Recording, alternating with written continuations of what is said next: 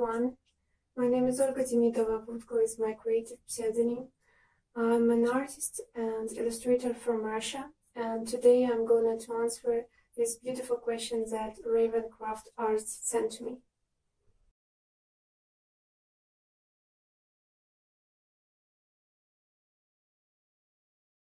Well, I remember myself being a really creative kid, and I was really interested in Russian folklore, and I remember myself keeping these books, really old books with illustrations by Ivan Bilibin.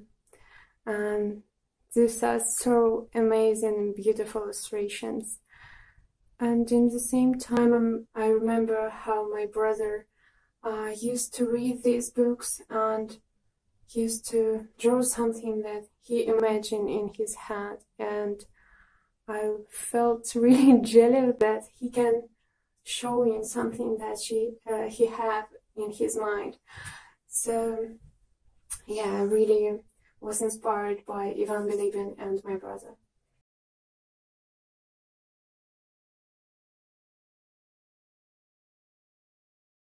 Later, I remember I was in a museum and saw these beautiful artworks by Viktor Kuznetsov. It's another Russian really famous artist who was inspired by mythology, folklore, and stuff like that. And I remember these paintings was made so real. They were so, I don't know how to explain it. It just blows my mind that I remember myself, I started to believe that he saw these creatures, and after that he painted them, how he remembered them. So yeah, I remember at that moment I realized I want to do something like that. I want to paint something that I imagine in my head.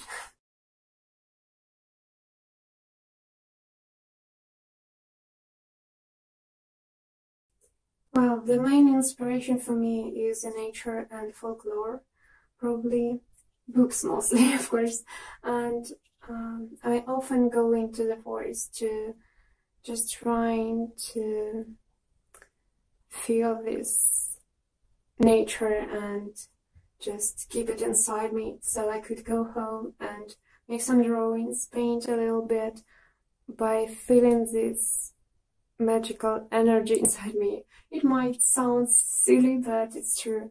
Going to the forest, it's kind of meditation for me, and I feel really relaxed. I feel home, and I don't know, it's just such a beautiful feeling that's really inspiring. So for sure, I'm going to being closer to nature to being inspired.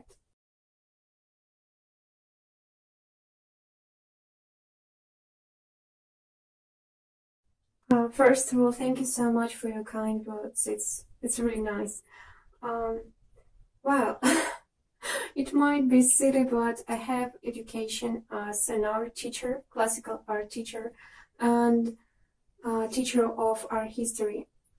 So I can say I have education, but at the same time, it's not really much to deal with my artworks, because I used to paint kind of still lifes and pretty easy and classical landscapes, but my own artworks mostly into something that I can't see but I can imagine. So I can say this classical education helped me to see in a color, see in a composition and stuff like that, but in the same time it's really hard to deal with it when you have to work with your imagination, because I never was learning how it is to work with my imagination. When I was in university, for example, I used to see and paint or draw something that I can see in front of my eyes, but now it's much more complicated and hard, and I could say it's these works now are much more serious for me, because it's should be, such a big work should be done. So yeah.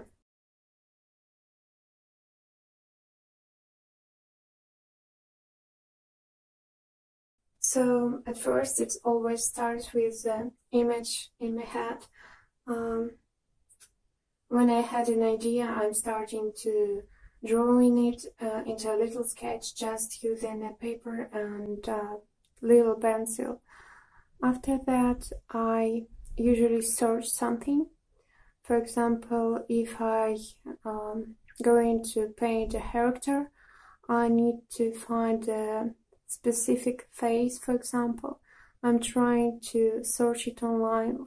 Sometimes it's didn't really work, and I have to take a nose from one person and eyes from another one, and just collecting this face. If I should work with the nature and paint some kind of forest or something like that, I might try to find it online, or also usually I'm going to the forest and trying to collect these little pictures, photos or something like that, just to keep these images so I could use it after that. So yeah, after I make some searches, I'm starting to work on a big paper or canvas, depends on material, watercolor or oil I'm going to use. So that's probably how it starts.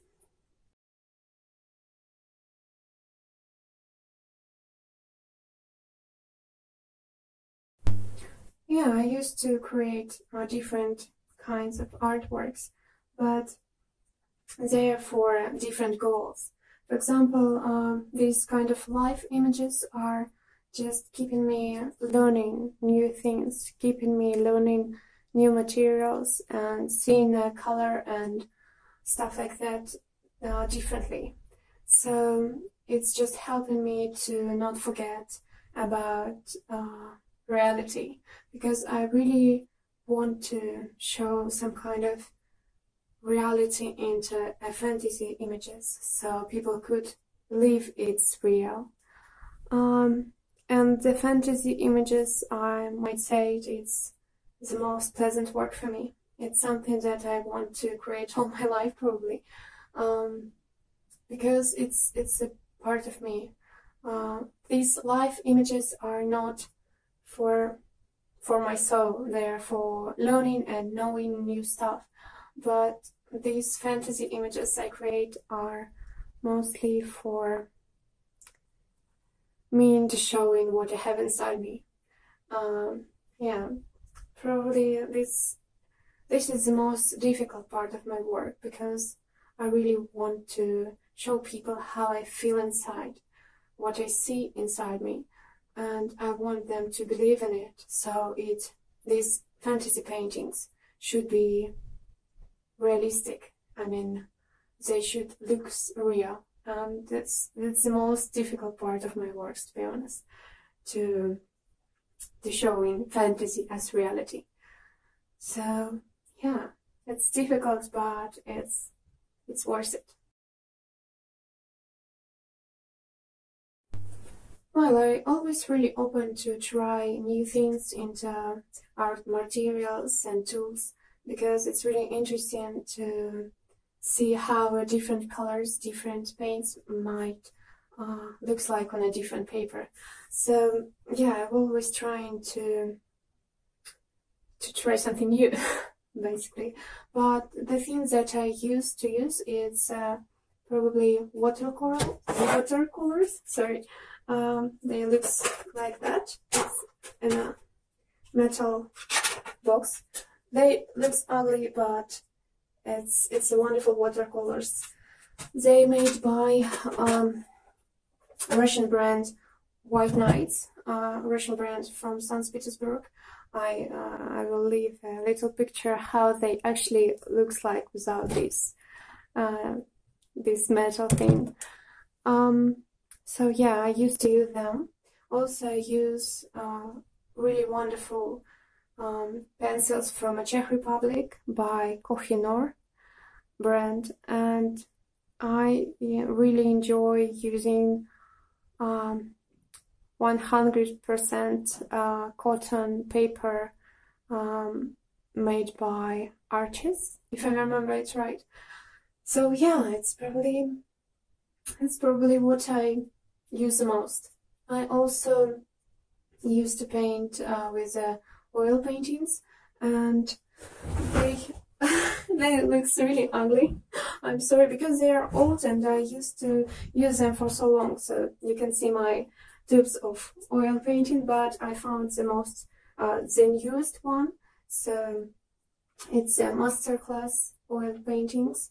They are really good, but it's again Russian brand, so I can't really say if you can find it somewhere. Probably you can find it online, but not sure if it's worth it because price might be higher than in Russia. So yeah, that's what I use. I always use different brushes. I just use something that is high quality and maybe a little bit less expensive than other. So yeah, that's what I used to use.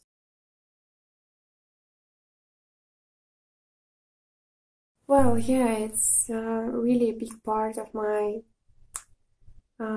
inspiration. Russian folklore, Slavic folklore, basically, is really inspiring. It's really beautiful and mystical, and a lot of fantasy creatures there, and I really enjoy seeing beautiful fantasy creatures who lives in the forest, like Leshi or Baba Yaga.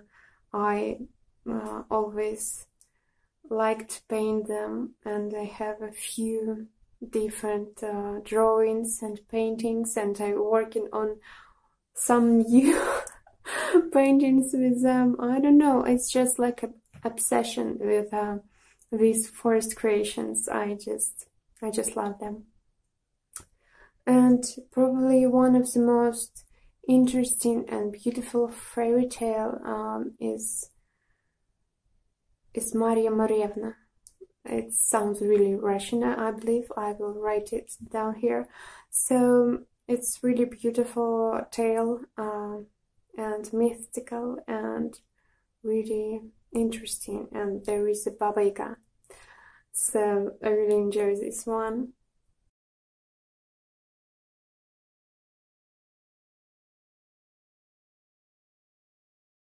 Yeah, really inspiring and interested to knowing more about Celtic and Nordic folklore.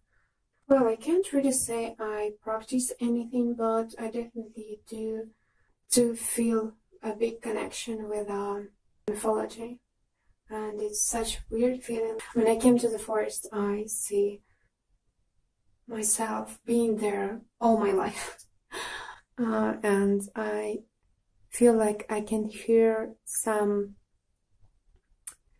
kind of creatures who live there, and it's such an interesting feeling because I can't say I practice something, but I definitely feel something, if I may say.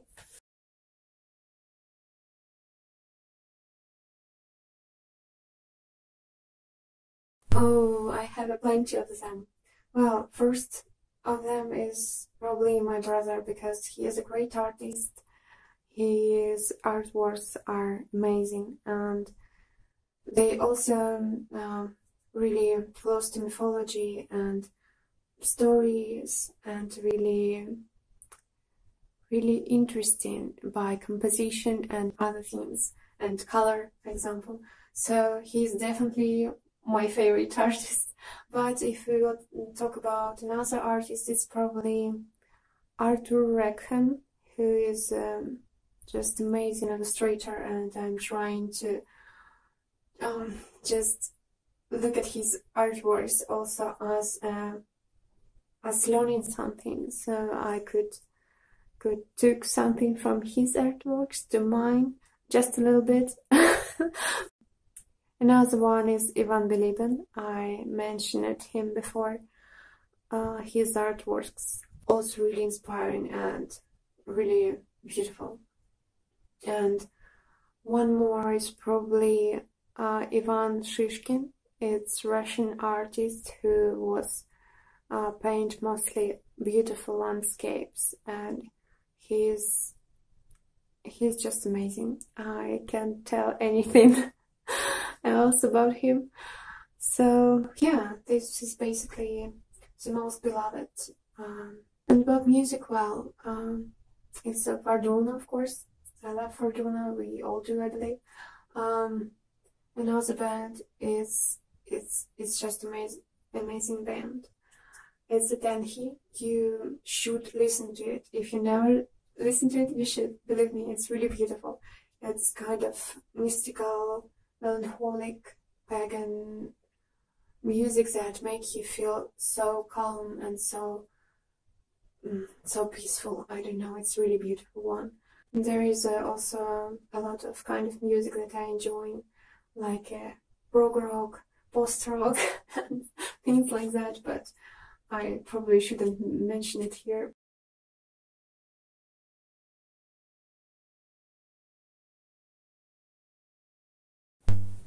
Well, honestly, it really depends on what you want to see, because Russia is really beautiful but huge country, and you can see really different landscapes around the country. So, for example, if you want to see these typical Russian weather and landscapes, you should go to Siberia.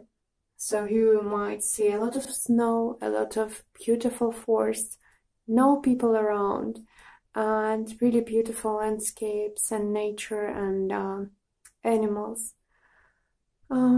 But if you want to see a culture life, for example, and architecture, you probably should go to St. Petersburg, because it's cultural capital of Russia. And there is a lot of museums, a lot of different stuff, a lot of beautiful nature, a lot of beautiful buildings, and there is a really beautiful city. But at the same time, this city is St. Petersburg. It looks like half European, half Russian. But if you want to see a really Russian city, you probably should go to visit Novgorod the Great, as was one of the first capitals of Russia. Even before Kiev, Moscow, and other capitals, it was capital of Russia probably just 2 years. And yeah, it's really beautiful city. You can see there really traditional Russian architecture. So another place is probably Altai Mountains. It's just amazing. It's my dream to be in there, to see all this beautiful nature. If you will have any opportunity to go there, you should, because it's really beautiful and really powerful place with a really amazing energy. Next place probably should be Baikal Lake. It's the biggest lake in Earth. So it's really beautiful place, and if you will be lucky enough to be in there in the winter, you can see pictures like that. It's just amazing. It's just such a beautiful place to be in. And also it have its own energy, and people who live there are really close to different energies, different spirits. So yeah, you definitely should go there if you will have any opportunity. We'll talk about me. I would really love to see, if we talk about Russia at first, Altai Mountains, very amazing, and the Baikal Lake. But if you talk about all the world, I would love to see Iceland, Ireland, and United Kingdom. Those countries have such beautiful nature, and just what I really love and enjoy, these mossy stones, mossy trees, mossy everything. It's just so beautiful.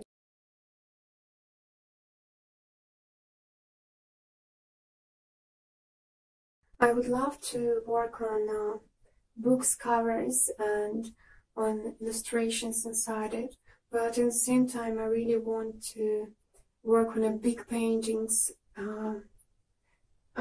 I don't know, I'm trying to be open for any opportunity and to be really positive about the future, even though I have no idea what I'm going to do next.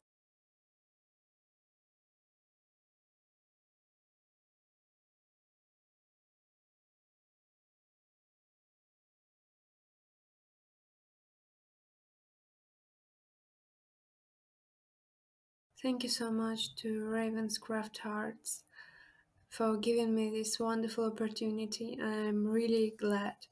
And thank you to everyone who was watching it till the end. If you like my artworks, feel free to follow me on social medias. I leave all my links on the screen, so I hope you all will have a wonderful day. Thank you again.